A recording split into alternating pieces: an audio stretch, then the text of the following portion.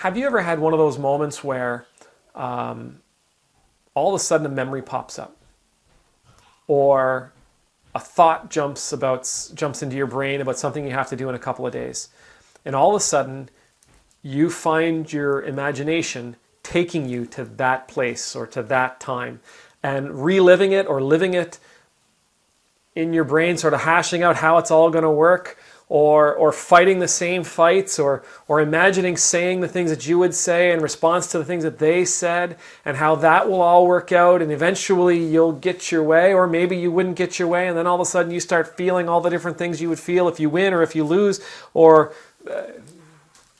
pretty soon you start asking yourself, am I going crazy? What you're experiencing is something called stuck energy. We've talked about it before. We're going to talk about it again. Good morning, everybody. My name is Ed Trevors. I'm an Anglican priest in the Diocese of Nova Scotia and Prince Edward Island. I get to serve in the beautiful town of Shelburne, Nova Scotia, in the wonderful parish of Church Shelburne that sits on the traditional and on the unceded territory of the Mi'kmaq people. The other day, I was driving to Yarmouth. Yarmouth, for those that don't know, is a town that's about an hour away from Shelburne. It's a bigger center, and they have a lot of the offices and stuff that we don't necessarily have here in Shelburne. And I was on my way to do some business at one of those offices. And I don't know, I guess I got about halfway, and all of a sudden, I started imagining going into the office, asking for what I needed to ask for. I imagined what they would tell me. I imagined how I would respond. I imagined how they would respond. I imagined what my counter argument would be. I imagined how they would say something and how I would say something. And then I imagined just how this whole thing would escalate completely, just out of control. I had the entire trip concluded in my brain before I ever got to the office. And none of it happened. It was all just an absolute fantasy. It was all a fantasy based on a series of beliefs that I happened to have because of experiences that I had at similar offices. But for a half hour, I was stuck in the future while I drove to Yarmouth to do this business. I completely wasted my energy dreaming about what I feared would happen. It didn't happen, by the way. I'm grateful it didn't happen, but there was absolutely zero value in me trying to live it out ahead of time in my brain as I drove to Yarmouth. It's an example of stuck energy, and it's a great example of what stuck energy does. And it's a great example of why we need to deal with our stuck energy. We have a tendency to attach emotional energy to our memories. And when we do this, those memories can develop a power in our lives. So that every time the memory is triggered and it comes up in our brain and we see those images or we feel those feelings, all of a sudden, we're transported back to that moment, and all those emotions come flooding back over us. And when that happens, it gets in the way of our existence in the here and now. Because those feelings, if I'm having a conversation with somebody and they say something that triggers an old memory of mine that has a negative emotion attached to it, then I'm going to respond to what's being said to me in the here and now with the energy that I've attached to the memory that this moment has triggered.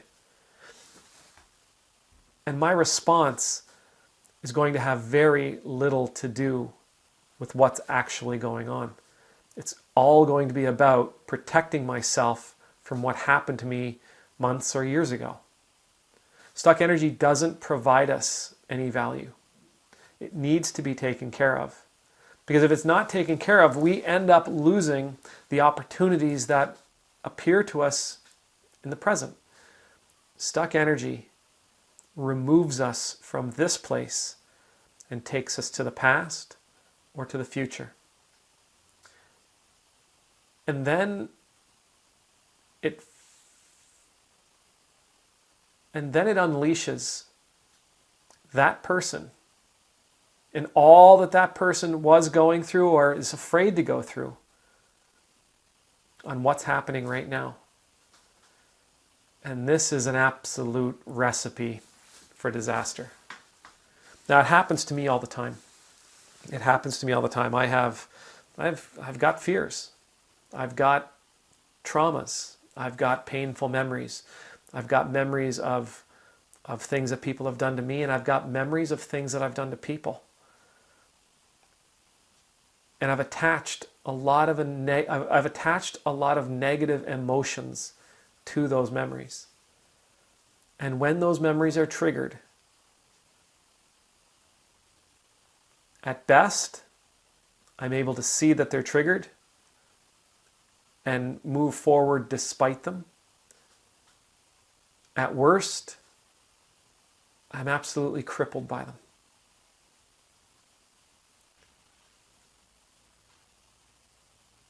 But there's no need of it. There is absolutely no need of me being crippled by past experiences or future fears. Same goes for you as well. Don't allow that stuff to get in your way. Don't allow that stuff to freeze you in time. Don't allow those things to take you away from this moment and rob you of all the wonder and the joy that's available to you right now. Emotional energy is required for us to live. All right, now you can say, well, physical energy and mental energy, they're important, and they are, right? Your physical energy to do work in the world is really important for you.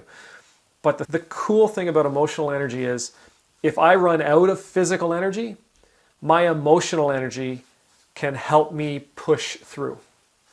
If I run out of mental energy, my emotional energy can help me push through. But if I'm physically strong and emotionally exhausted, I can't tie my shoes. It's really important that we free up as much of our emotional energy as possible. And every time that you have one of those experiences where you either go forward into the future or back into the past, every time you have an encounter with an episode with a node of stuck energy, then that is taking energy away from what you could be doing. You only have so much of it in the run of the day. You want to make sure that it's all being used to things that are most beneficial to you. Living in the past, fighting off your fears, that's not the most beneficial to you. If you want to talk more about stuck energy, let me know. I'd be happy, I'd be thrilled to speak with you about this kind of thing. If you want to know more about logosynthesis, I'm going to include a link in the description below for a site or two that you can visit to learn more. May the Lord bless you. May the Lord keep you. May the Lord make his face shine upon you and be gracious to you. May the Lord lift up his countenance upon you. And may you know the peace of being in God's presence.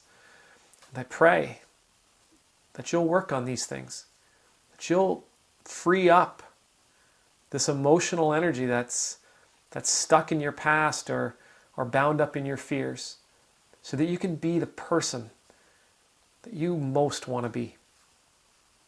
Amen.